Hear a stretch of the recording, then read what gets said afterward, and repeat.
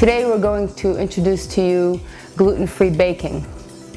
Many people have become gluten sensitive, including myself, and it's become a culinary challenge for me to find a very tasty baked item. So I have worked with some recipes and I've developed my own recipe for a gluten-free apple cinnamon muffin. I hope you enjoy it. The ingredients are 2 cups all-purpose gluten-free flour, 1 cup brown or white rice flour, 1 1/2 teaspoon of baking powder, 1/2 teaspoon of salt, 2 tablespoons ground cinnamon, 2 tablespoons ground chia seeds blended with 6 tablespoons of water, 1 teaspoon of vanilla, 1 cup coconut milk, almond milk, soy milk, or regular milk, 1/2 cup vegetable oil or coconut oil, 1 cup of sugar, 1 cup applesauce, 1 cup shredded apples, 1 cup or half chopped walnuts, and 1 cup craisins or raisins. The thing that I wanted to discuss about gluten-free, there's a couple of basic principles that you have to know. One is don't overbake gluten-free items. Since gluten is the protein that holds the baked goods together, when you don't have that item, you don't want to overbake it because then it will become very tough.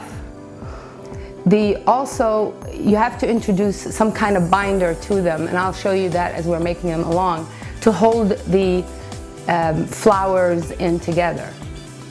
The flour that I'll be using today is an all-purpose flour that has in it garbanzo beans, fava beans, potato starch, tapioca, and I will introduce a rice flour also. These ingredients tend to be higher in protein and less in starch. So it's nutritional as well as beneficial to gluten-sensitive individuals. So we'll start by mixing all the dry ingredients together. So I have the 2 cups of the bean flour and 1 cup of the rice flour. You can use white rice flour or brown rice flour. It doesn't matter. Then we have the baking powder. And if you have people that are very allergic to gluten, you want to make sure that all your ingredients are gluten-free.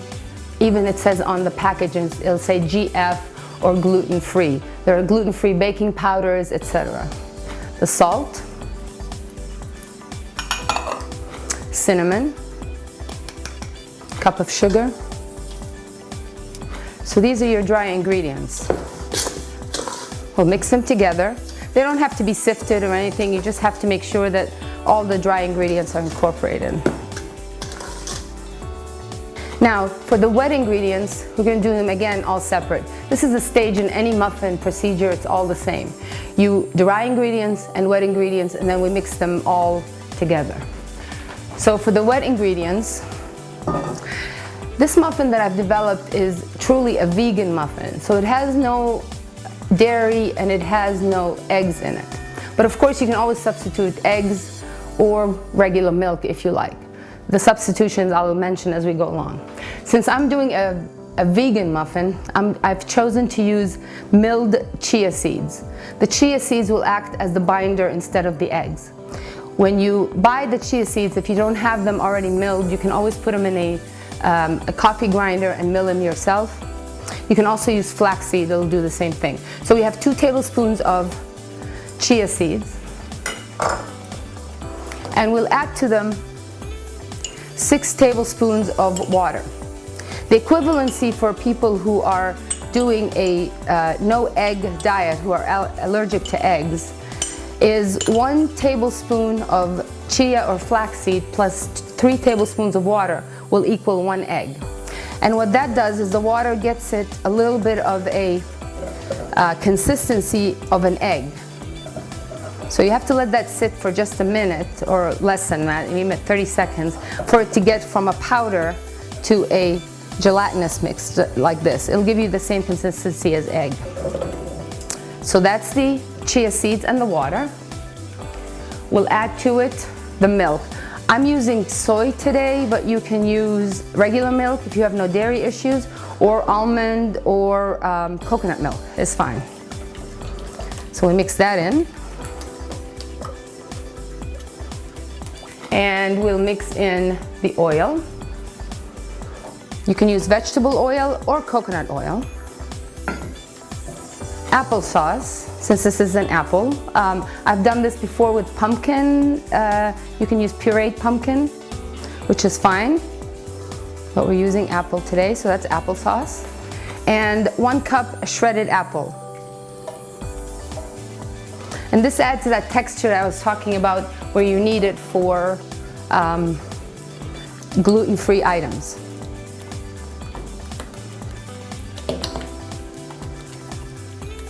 And I'm trying to distribute the chia seeds in here because they tend to clump up a little bit. I'm just trying to make it a little even of a mixture. And then I'm going to add a little vanilla, because that enhances all the flavors and also brings out the cinnamon. And then the 2 remaining ingredients are your condiments. You can play around with this as much as you want. I have some chopped walnuts here. You can use pecans, almonds, no nuts at all if you have any allergies, but I'm using walnuts. I'm putting them with the dry ingredients because I wanted to coat them with the flour. And craisins or dried cranberries. Again, you can use raisins, you can use chopped apricots, dates. It's really up to you what dried fruits. But all this will help with that texture that I was talking about. And this is easier distributed in a dry ingredient than it is in the liquid. This is why we put our chopped nuts and everything in here.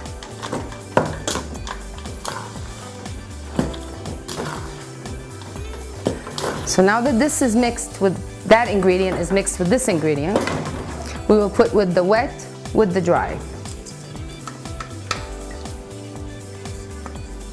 And you want to make sure that it's mixed well.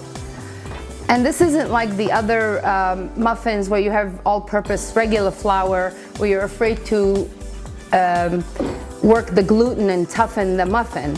But you do have to be careful also not to overmix. All we want to do is wet all the dry ingredients. And this is quite a lot of muffins. It makes about maybe almost 3 dozen muffins. And a lot more of those tinier ones. So I like to use an ice cream scooper when I'm filling my muffin tins, just because it's a lot easier and you know exactly how much you're getting in each muffin. So 1 scoop will fill, and you want to line the things. You don't have to if you don't want to. You can use spray or oil it, but this is just makes it a lot easier for cleanup too. I'm all about an easy cleanup.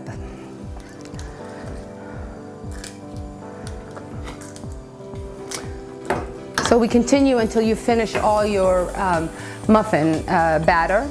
If you don't want to do it all together, it can sit in the refrigerator overnight and you can bake some more fresh the next day. But these muffins actually taste good 1, 2, 3 days later with no problem.